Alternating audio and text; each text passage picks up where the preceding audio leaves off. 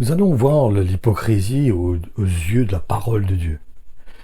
Et pour cela, nous avons besoin de lire Matthieu 26, 49 à 50. Judas dit « Bonsoir, maître », et il l'embrassa avec effusion. Mon ami, lui dit Jésus, « C'est pour cela que tu es venu ici ? Fais ta besogne. » Nous pouvons constater que Judas a été très hypocrite, en effet. Nous pouvons comprendre qu'il puisse trahir Jésus-Christ, en effet. Mais qu'il le fasse en donnant comme signe qu'il allait l'embrasser, c'était quand même culotté, non? C'était un peu vraiment dépasser les bornes. C'était vraiment de l'hypocrisie. C'est comme cette expression « cœur noir, dents blanches », je ne sais pas si vous connaissez.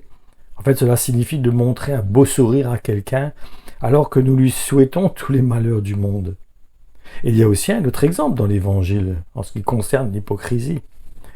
Ce sont l'histoire d'Ananias et de Saphira.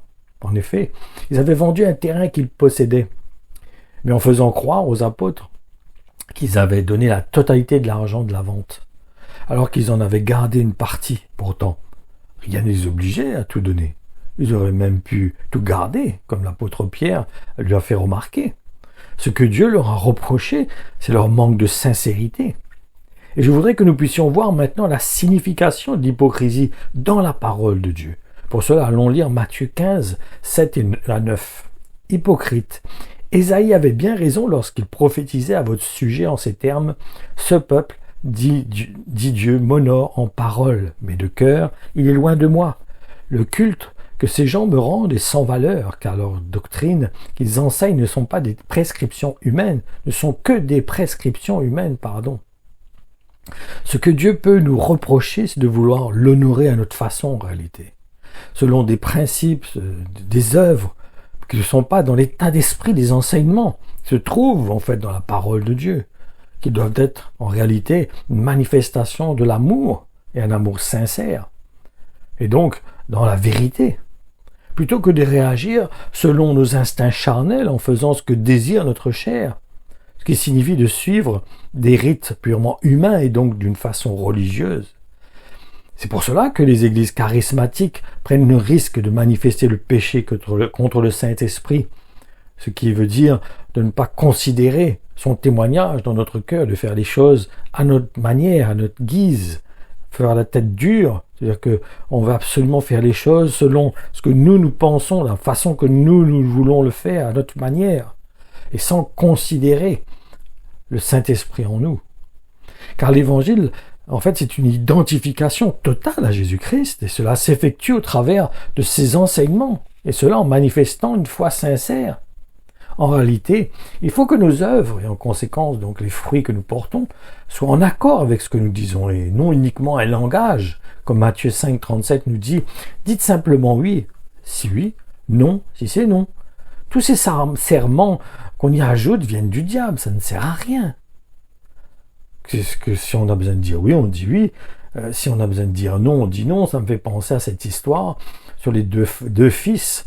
Et lorsque le papa demande à un s'il veut faire telle tâche, il lui dit oui, mais en fait il n'y va pas. Et l'autre qui dit non, et en fait il y va. Qu'est-ce qui est important? Qu'est-ce qui est le plus important? C'est d'obéir. C'est pas ce que nous disons, c'est nos actes, ce qui est suivi. Il vaut mieux encore s'humilier, reconnaître, de dire papa, tu me dis de faire ça, mais je sais pas si je pourrais le faire, parce que franchement, j'ai vraiment pas envie. Plutôt que de raconter des salades qui ne servent à rien. En effet, c'est inutile de vouloir nous faire passer pour ce que nous ne sommes pas. Car il est évident que Dieu apprécierait davantage que nous puissions reconnaître nos incapacités plutôt que de faire semblant et ainsi vouloir paraître. Apocalypse 3, de 1 à 3 et le verset 16, il nous est dit « Écris au messager de l'église de Sardes. Ainsi parle celui qui possède l'Esprit de Dieu dans sa plénitude et qui tient les 7 étoiles. Je connais tes façons d'agir, je sais que tu passes pour avoir de la vie, mais en réalité tu es mort. Prends garde, réveille-toi, ranime et raffermis ce qui te reste et qui est aussi sur le point de mourir. J'ai trouvé qu'aucun de tes œuvres ne satisfait aux exigences de mon Dieu. Rien de ce que tu as fait n'est parfait à ses yeux. Rien ne pourra subsister devant lui. Rappelle-toi Quel accueil empressé tu as fait à la prédication de la parole. Souviens-toi donc de l'enseignement que tu as reçu pour l'observer et y conformer ta vie. Change, car si tu ne te réveilles pas et si tu ne deviens pas vigilant, je viendrai comme un voleur dans la nuit et tu n'auras aucune idée de l'heure à laquelle je viendrai te surprendre. Mais puisque tu es tiède, c'est-à-dire ni froid ni bouillant, je vais te vomir de ma bouche. Je vous propose maintenant de lire les versets qui vont suivre, dans le but de mieux comprendre sur quelle base Dieu considère l'hypocrisie. Et cela nous envoie dans Matthieu 22, 18. Mais Jésus, pénétrant leur ruse, leur lança « Espèce d'hypocrite, pourquoi essayez-vous de me prendre au piège ?» J'essayais de trouver des points faibles. Matthieu 7, 4 et 5 nous dit « Comment oses-tu dire à ton frère, cher frère, viens que je t'enlève cette sciure dans ton œil, mais tu ne remarques même pas la poutre qui est dans le tien. Hypocrite, va. Écoutez bien par contre cette partie-là.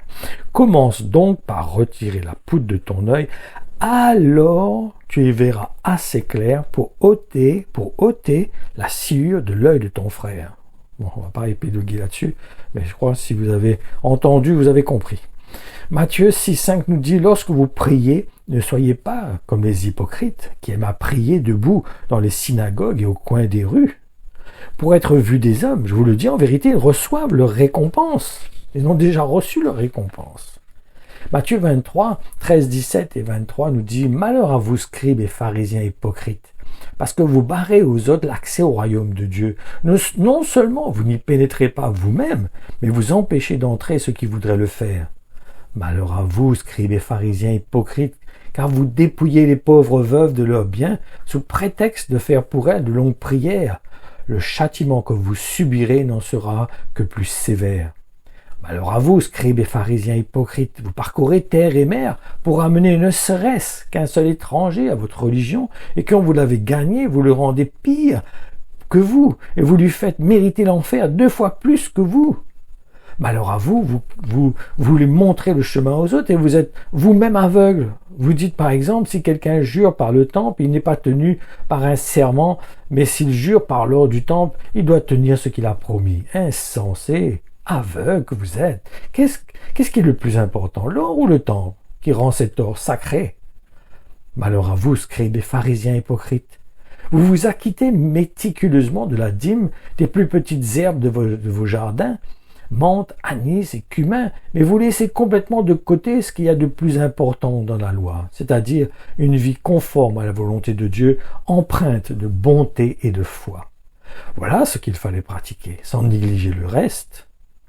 Matthieu 23 maintenant, et le verset 25 à 37. Quel malheur pour vous, maîtres de la loi et pharisiens, quand vous êtes des hommes faux, vous nettoyez l'extérieur du verre et du plat, mais dedans, ils sont pleins de ce que vous avez volé et arraché aux gens. Pharisiens aveugles, nettoie d'abord l'intérieur du plat, et alors l'extérieur aussi deviendra propre. Quel malheur pour vous, maîtres de la loi et pharisiens, quand vous êtes des hommes faux, vous ressemblez à des tombes peintes en blanc. À l'extérieur, elles ont l'air belles, mais à l'intérieur, elles sont remplies d'os des morts et de toutes sortes de choses pourries. De la même façon, à l'extérieur, devant les gens, vous avez l'air d'obéir à Dieu, mais à l'intérieur, vous êtes plein de mensonges et de mal. Quel malheur pour vous, maîtres de la loi et pharisiens, quand vous êtes des hommes faux, vous construisez des tombes pour les prophètes, vous décorez les tombes de ceux qui ont obéi à Dieu, et vous dites, si nous avions vécu au temps de nos ancêtres, nous n'aurions pas été d'accord avec eux pour tuer les prophètes. Ainsi, vous le montrez vous-même. Vous êtes les fils de ceux qui ont tué les prophètes. Eh bien, continuez. Allez encore plus loin que vos ancêtres.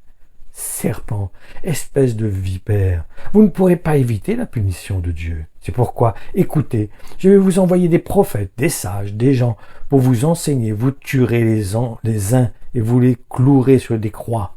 Vous frapperez les autres à coups de fouet dans vos maisons de prière et vous les poursuivrez de ville en ville. Ainsi, c'est vous que Dieu va punir pour le meurtre de tous ceux qui lui ont obéi. D'abord, il y a eu le meurtre d'Abel, le juste, et à la fin, il y a eu le meurtre de Zacharie, le fils de Baraki.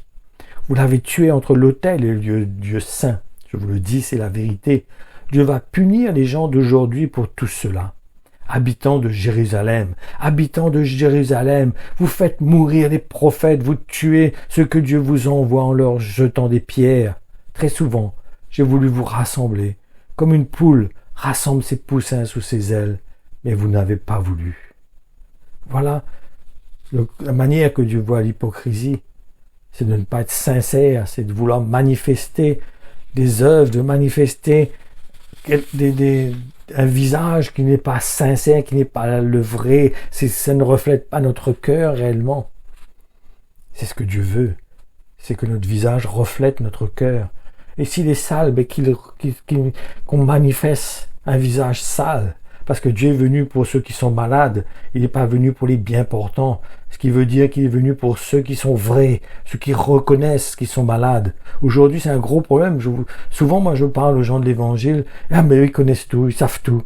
Ça y est, pas besoin rien, ils n'ont pas besoin d'entendre quoi que ce soit. Eux, ils connaissent, ils savent toutes choses. Pas besoin de leur parler, ils connaissent toutes choses. C'est de l'orgueil, c'est l'hypocrisie. Ça sert à quoi? Quel est le but? Ça ne produit rien. Ça ne fait que nous emmener à nous opposer à Dieu. Nous devrions plutôt nous humilier, reconnaître ce que nous sommes, notre condition, et briser notre cœur, écouter, entendre, accepter d'être enseigné, accepter de laisser l'évangile pur, réel, vrai, venir nous établir sur le bon fondement. Car beaucoup de chrétiens ne sont pas fondés sur le bon fondement, ils ne sont pas bien construits, leur maison vacille, leur maison est fragile, elle est sur le sable. Et après ils se demandent pourquoi ils sont emportés, au moins de problèmes, ils sont emportés de là, de ça et de là, la mer les emporte loin, parce qu'ils ne sont pas bien construits. Acceptons d'être enseignés, acceptons d'entendre le vrai évangile qui veut nous établir, et nous emmener à devenir fermes dans la foi et à marcher selon le cœur de Dieu. Voilà, cette parole encore vous établisse, vous affermisse, vous emmène à vous dépouiller, comme moi-même, j'ai besoin de me dépouiller de plus en plus des choses qui m'empêchent de vraiment servir le Seigneur avec son cœur, avec ses sentiments. Soyez pleinement bénis, que la grâce de Dieu vous accompagne en abondance.